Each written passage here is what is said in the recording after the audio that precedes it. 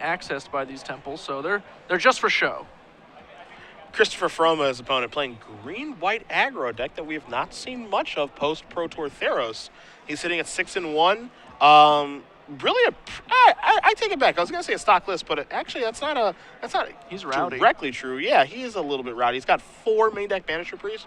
He has 2 main deck Mistcutter Hydra, so he's coming for mono blue. Yeah, this list looks really tuned against mono blue. Yeah, he's got a main deck Pelucranos as well. So, and he's only got 1 Ajani and then 2 copies of God's Willing too. So, 23 lands, 4 Advent of the Worms, the typical green-white stuff that you would expect. And he's got a Pith Needle here naming Elspeth. So we are in a sideboarded game. We'll figure out who did win game number 1. Yeah, Joe Lossett, clearly in a pretty decent situation, facing no pressure with a Jason play and a hand filled with cards. And we are in game 3. We've had it confirmed. Aetherling's resolving. Pith Needle named Elspeth.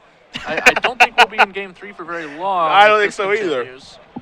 Christopher is on 24, or as I like to say, 3 Aetherlings.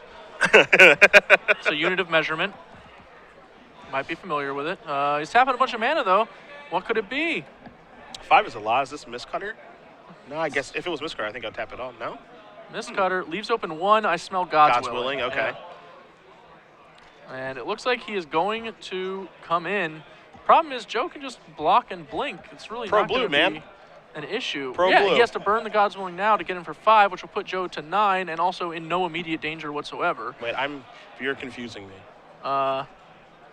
Why can't Oh, sorry. Mistcutter is itself Pro Blue. Yeah, it's Pro Blue. Good call. Yeah. Now Jace is dead.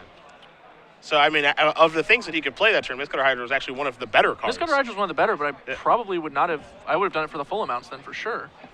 I don't know what we're really protecting it from. Maybe like a pacifism type card, even though I don't think you'd want to have Yeah, that I don't think deck. any blue-white control deck would play that. Yeah, and looking at Joe's list, he has nothing in the deck that could possibly remove a Mistcutter Hydra that is white and not blue as well. All right.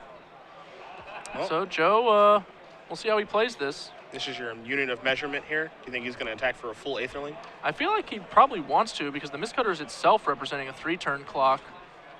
And you see Joe's hand right now. He does have a copy of looks like Celestial Flare. Yeah. So, yeah, Christopher Fromme is going to need some additional aid. Joe, now that we've seen that Celestial Flare, obviously does not necessarily need to go for the full amounts. Plays it safe. I mean, he could get like super risky and just go like attack you for 8, use the 2 islands, 2 Hallowed Fountains, and then just have up his God's Willing on the end of turn. I think he wants to control his draw step. Yeah, it looks like he's going to scry 1, and ideally he'll be hoping to find another Mistcutter Hydra. Yeah. That's probably his best draw. That was a quick keep on top.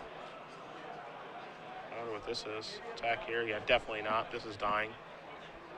That was a quick keep. What do we have? I'm very curious. Looks like an Advent of the Worm, I think. Yeah.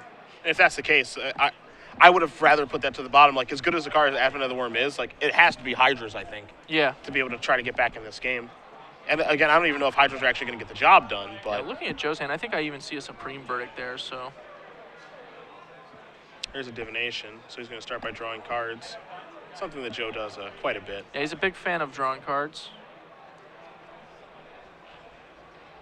I still can't get over the white border basics.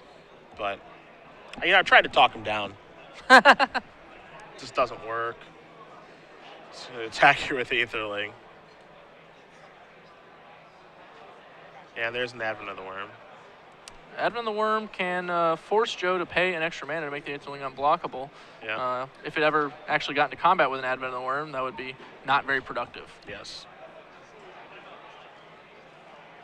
See a little bit of pump action here. And the nice thing when you're playing green-white is you can be a little bit more liberal in your Aetherling usage. Just do whatever you want, really. Just make sure you keep at least 1 blue. Yeah. And don't give it 5 power so it gets Celestia charmed, and you're pretty good gold. to go. Yeah. So Advent of the Worm does resolve. I'm going to attack here for 5, I think. I mean, if you're not attacking, you sure attacking won't be blocking with it. That's for sure. Yeah, Christopher's pretty much just priced into attacking, but it seems like even he knows nothing good is going to come of it. Christoph, sorry. And so there is that Celestial Flare. And the follow-up play is going to be a 3-mana spell. Is it Smiter? Yep. Yep. Pass the turn back. Just outpaced by the Aetherling at this point. He's fallen pretty far behind, and Joe will be able to finish this in 2 swings or 3 if he decides to be really conservative about it. It's been a little while since I've seen Aetherling go to work. Does it bring you joy? Yeah, it makes it fast. Does it? Kinda. Not waste too much time getting the damage through. So it looks like we have an unblockable activation. Joe's trying to figure out exactly how much he wants to attack for. Looks like he's going to go for the full amount, feeling like this is the safest of possible turns. Yeah. He knows, if Christoph is going to be playing a Lossett Smiter last turn, then that's like one of the least threatening plays he could have. He's at 14. Joe doesn't really have to worry about anything.